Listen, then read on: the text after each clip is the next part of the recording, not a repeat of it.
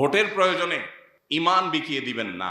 মনে রাখবেন, আমাদের অন্য ধর্মাবলম্বী ভাই বোনদেরও মাথায় রাখা উচিত, মুসলমান যদি সত্যিকারের মুসলমান হয় তাহলে তার কাছে অন্য ধর্মাবলম্বীরা সবাই সবচেয়ে বেশি নিরাপদ ইনশাআল্লাহ।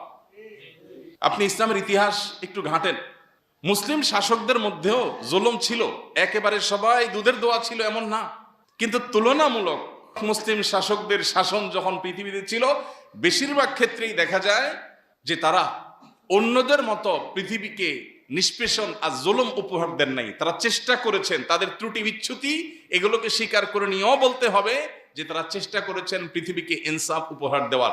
বেশিরভাগ ক্ষেত্রে এটা করেছে, বিচ্ছিন্ন বা ব্যতিক্রম ঘটনাও আছে। এরপরও আমাদের সমাজে কেউ যদি সত্যি আল্লাহকে ভয় করেন তাহলে তিনি কোনো অমুসলিমের সম্পদ দখল করতে পারেন না। পারেন? অন্য ধর্মাবলম্বী হলে তার সাথে আমার মতের ভিন্নতা আছে, আমি মনে করি